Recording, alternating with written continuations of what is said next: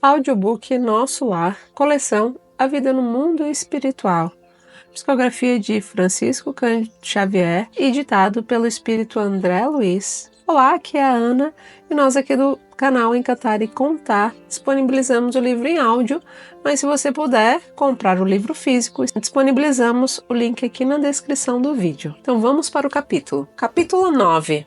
Problema de alimentação. Enlevado na visão dos jardins prodigiosos, pedi ao generoso enfermeiro para descansar alguns minutos num banco próximo.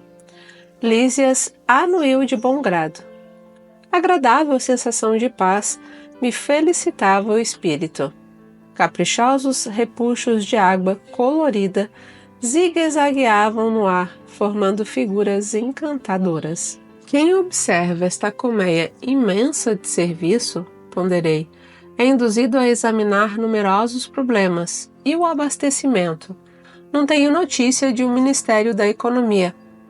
Antigamente, explicou o paciente interlocutor, os serviços dessa natureza assumiam feição mais destacada.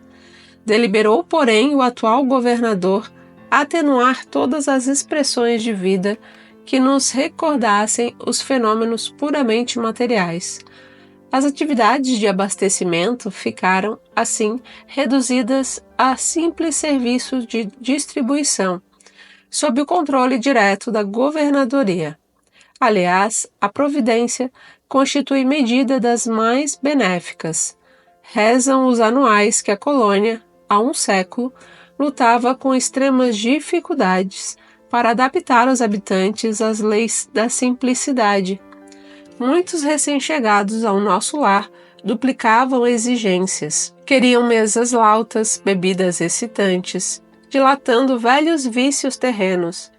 Apenas o Ministério da União Divina ficou imune de tais abusos, pelas características que lhe são próprias.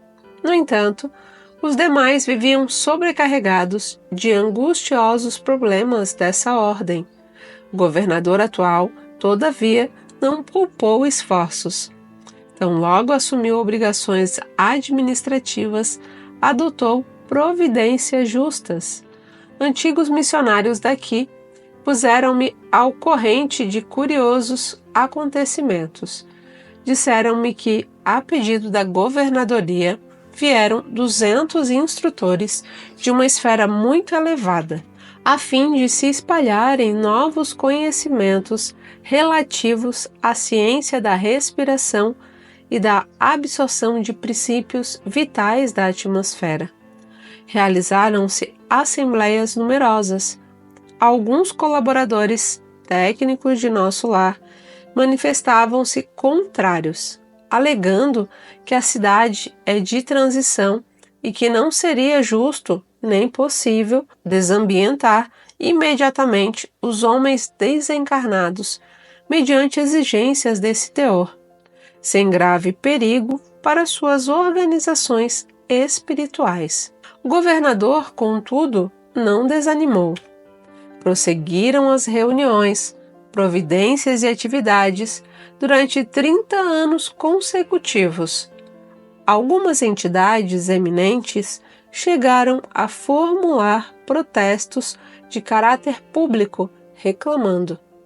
Por mais de 10 vezes, o Ministério do Auxílio esteve superlotado de enfermos, que se confessavam vítimas do novo sistema de alimentação deficiente.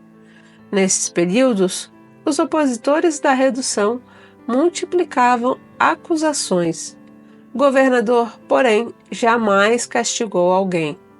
Convocava os adversários da medida a palácio e expunha-lhes, paternalmente, os projetos e finalidades do regime.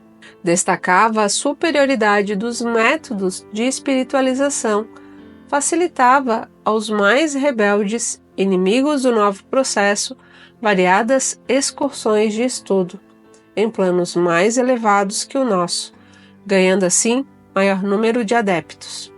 Ante pausa mais longa, reclamei interessado. Continue, por favor, meu caro Lísias. Como terminou a luta edificante? Depois de 21 anos de perseverantes demonstrações por parte da governadoria, aderiu ao Ministério da Elevação, passando a abastecer-se apenas do indispensável. O mesmo não aconteceu com o Ministério do Esclarecimento, que demorou muito a assumir compromisso, em vista dos numerosos espíritos dedicados às ciências matemáticas que ali trabalham. Eram eles os mais teimosos adversários, mecanizados nos processos de proteínas e carboidratos imprescindíveis aos veículos físicos, não cediam terreno nas concepções correspondentes daqui. Semanalmente, enviavam ao governador longas observações e advertências repletas de análises e numerações, atingindo por vezes a imprudência. O velho governante, contudo, nunca agiu por si só.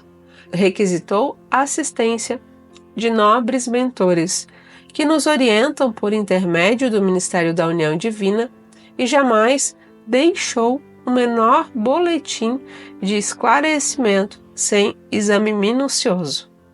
Enquanto argumentavam os cientistas e a governadoria contemporizava, formavam-se perigosos distúrbios no antigo Departamento de Regeneração, hoje transformado em ministério.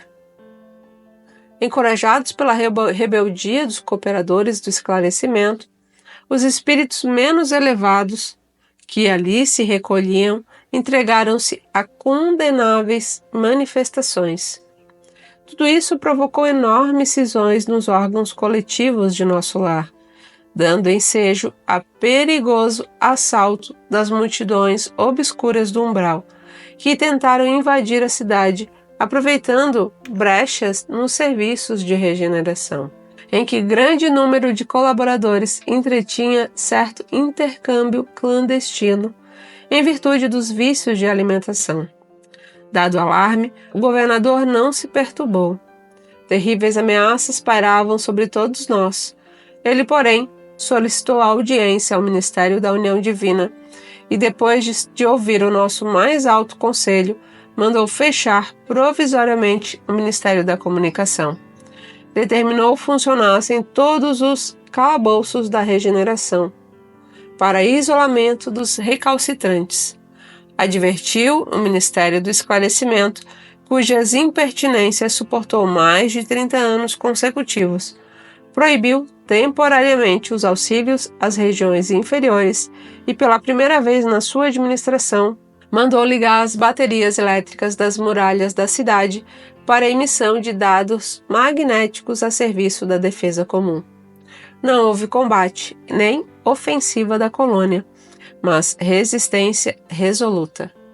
Por mais de 6 meses, os serviços de alimentação em nosso lar foram reduzidos à inalação de princípios vitais da atmosfera, por meio da respiração, e água misturada a elementos solares, elétricos e magnéticos.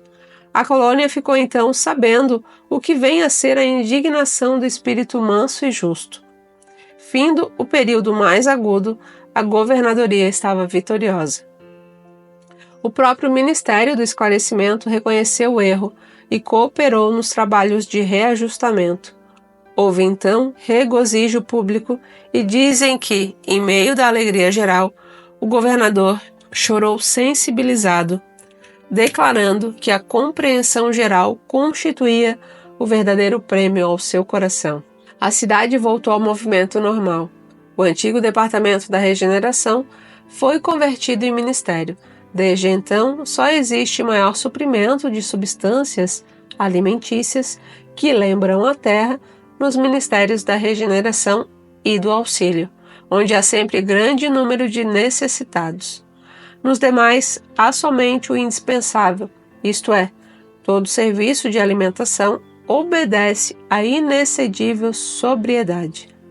Presentemente, todos reconhecem que a suposta impertinência do governador representou medida de elevado alcance para nossa libertação espiritual. Reduziu-se à expressão física e surgiu maravilhoso coeficiente de espiritualidade. Lísias silenciou e eu me entreguei a profundos pensamentos sobre a grande lição. E assim eu chego ao final de mais um capítulo do nosso lar.